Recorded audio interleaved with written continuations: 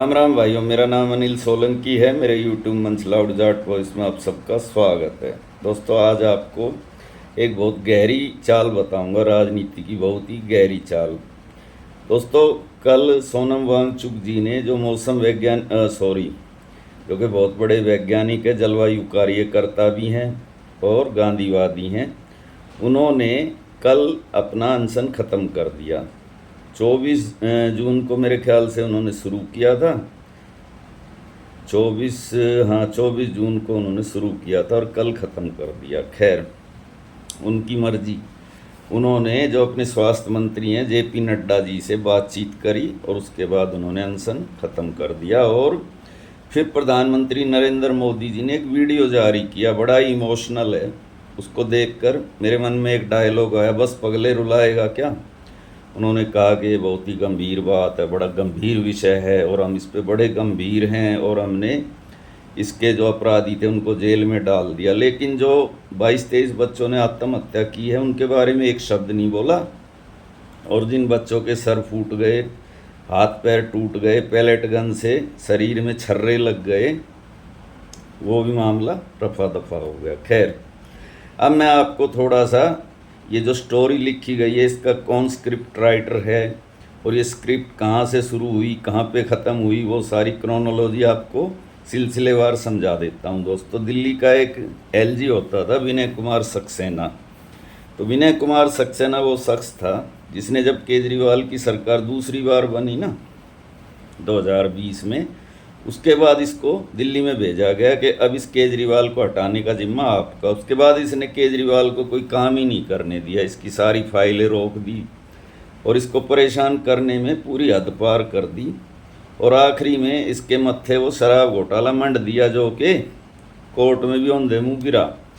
दिल्ली में कोई भी काम मुख्यमंत्री बिना एलजी के साइन के नहीं करता। तो अगर अरविंद केजरीवाल जेल में गया तो विनय कुमार सक्सेना ने ही तो उस फाइल पे साइन किए होंगे। खैर, वो मामला था एक पॉलिटिकल मामला। मैं आपको समझाता हूँ असली बात। असली बात ये थी कि जब ये राम मंदिर का चंदा चोरी का मुद्दा देश में आग की तरह फैला और जो लोग सनातन वाले मुद्दे पर बीजेपी को वोट दे रहे थे उनकी आस्था भी हिलने लगी, तो बीजेपी के अंदर घबराहट आई और उसने सोचा कि अब कोई ऐसा मुद्दा बनाया जाए जिससे ये मामला दब जाए और वो मुद्दा ऊपर आ जाए। क्योंकि हमारे देश के जो लोग हैं ना, उनकी याददाश्त बड़ी शॉर्ट मेमोरी होती, जल्दी भूल भाल जाते हैं बात को। तो इन्होंने फिर ये सारा प्रपंच रचा। इसने क्या किया, ये 13 मार्च को विनय कुमार सक्सेना ने वहाँ जाके शपथ ली लद्दाख के गवर्नर की, और 14 मार्च को इन्होंने सोनम वांगचुक को रिहा कर दिया। मतलब राजस्थान की जेल में ये बंद था।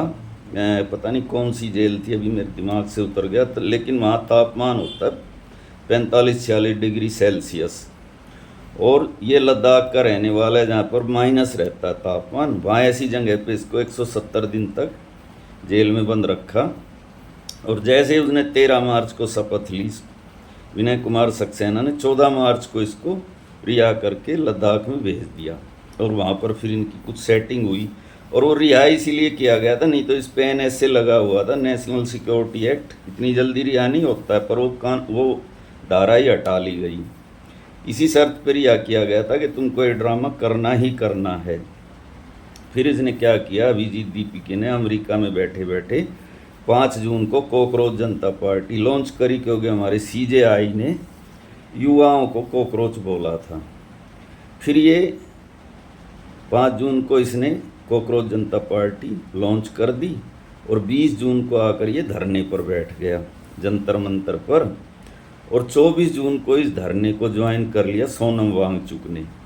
और तकरीबन पता नहीं 26 या 28 दिन के बाद कल ये धरना भी ख़त्म हो गया। तो ये सारा स्क्रिप्टेड पूरी तरीके से एक कहानी थी जो मैंने आपको समझा दी। और अब भी आप ना समझो तो आपसे बड़ा कोई अनाड़ी नहीं दुनिया में। दोस्तों, पहले भी ये देश ये धोखा एक बार खा चुका है। मैंने कल भी एक वीडियो में ये बात बताई थी दोस्तों, कि जो 2011 और 2012 में जो आंदोलन हुआ था दिल्ली के जंतर मंतर रामलीला मैदान पर, वो पूरी तरीके से RSS और बीजेपी द्वारा प्रायोजित एक ड्रामा था। अरविंद केजरीवाल को जानता कौन था? ये तो कल्याणपुरी की झुग्गियों में एक एनजीओ चलाता था, नौकरी छोड़ दी थी। और अन्ना हजारे को कौन जानता था? आपने सुना था नाम?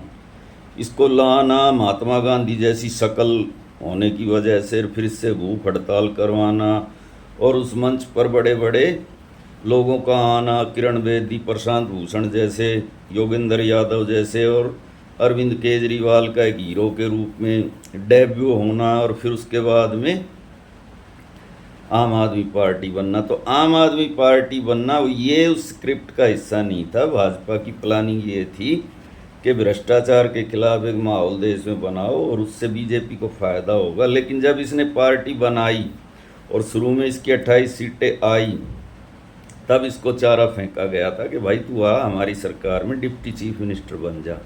मगर ये बना नहीं। बाद में फिर बीजेपी को धोखा हो गया। पूरे देश में तो फ़ायदा हुआ लेकिन दिल्ली में नुकसान हुआ। बाद में फिर इसको जेल वेल में डालकर सेट कर दिया गया मामला। अब ये जो दिल्ली वाला मामला है दोस्तों, ये बड़ा ही अजीब मामला है। यहाँ पर बच्चों ने मार खाई, खुले आसमान के नीचे बारिश में पड़े रहे, क्या क्या नहीं हुआ। लेकिन सोनम वांगचुक तो बेवफा निकले। उन्होंने तो कल अपना अनशन ही ख़त्म कर दिया और मोदी जी ने अपना वीडियो जारी कर दिया। और अब देखना 2-4-5 दिन में ये अभिजीत दीपिके भी बैकफुट पे आ जाएगा और ये बोलेगा कि तकरीबन सरकार ने हमारी मांगे मान ली हैं, इसलिए हम अब ये अनशन ख़त्म कर रहे हैं, आप सब अपने घरों को लौट जाएं। हमारे प्रधानमंत्री जी बड़े ही भावुक इंसान हैं। जब 700 किसान मरे, 1 साल लोग सड़कों पे पड़े रहे, सर्दी गर्मी बरसात तीनों मौसम में, तब उन्होंने आकर देश को ये बताया था कि मेरी तपस्या में कहीं ना कहीं कुछ कमी रह गई है, इसलिए मैं तीनों कानूनों को वापस ले रहा हूँ। अब कल के संबोधन में उन्होंने बता दिया कि सारे अपराधी जेल में हैं, हमने दोबारा परीक्षा करवा दी, रिजल्ट भी आ गया और बच्चे पास हो गए और खुश हैं। ये नहीं बताया जिन बच्चों ने 40-40 लाख रुपए देकर और पेपर खरीदे थे, उनके पैसे कौन वापस देगा? उनका भविष्य तो इधर का रहा ना उधर का रहा, वो तो कहीं के नहीं रहे। और जिन बच्चों ने मेहनत करके पेपर दिया और फिर अपनी जान भी दे दी, उनका क्या होगा? उनके परिवार को कौन मदद करेगा? खैर, ये सब हमारे देश में चलता है। हमारे देश में लोगों को भेड़ बकरी की तरह से समझा जाता है। एक भेड़ कुएं में कूदेगी तो सारी उसके पीछे अपने आप ही कूद जाएंगी। अगर आंदोलन ख़त्म हो गया तो ख़त्म ही हो जाएगा, फिर आगे कोई आंदोलन वगैरह नहीं होगा। तो दोस्तों, मुझे एक पुरानी बात याद आ गई। 1980 के दशक में एक फ़िल्म आई थी, राम तेरी गंगा मैली। उस फिल्म में ये दिखाया गया था कि एक लड़की होती है, पहाड़ी लड़की, उससे एक कलकत्ता का शहरी लड़का पहाड़ों में जाता है, उनके बीच में प्यार हो जाता है और उस बच्चे की माँ बन उस शहरी जो लड़का था उसके बच्चे की वो माँ बन जाती है। मगर वो लड़का फिर शहर में चला जाता है और आता नहीं है। तो उसको ढूंढने जब शहर आती है अपने बच्चे के साथ, तो ट्रेन में उसको एक अंधा बाबा मिलता है और वो अंधा बाबा उसको अपनी बातों में फुसलाकर और कोठे पर बेच देता है ले जाके। तो वो लड़की ये कहती है कि बाबा, आपने जो मेरे साथ किया इसके बाद तो कोई अब अंधे पर भी भरोसा नहीं करेगा। तो दोस्तों, बार बार अगर ऐसे ही धोखे मिलेंगे ना, अभी आप देखो अन्ना हजारे को कुछ फर्क पड़ता है? देश में कुछ भी होता रहे, कितना कुछ हो जाए, भ्रष्टाचार हो जाए, अत्याचार हो जाए, कभी बोलता है? ऐसे ही सोनम वांगचुक को आप देख लेना, ये भी ऐसे ही गायब हो जाएगा परिदृश्य से।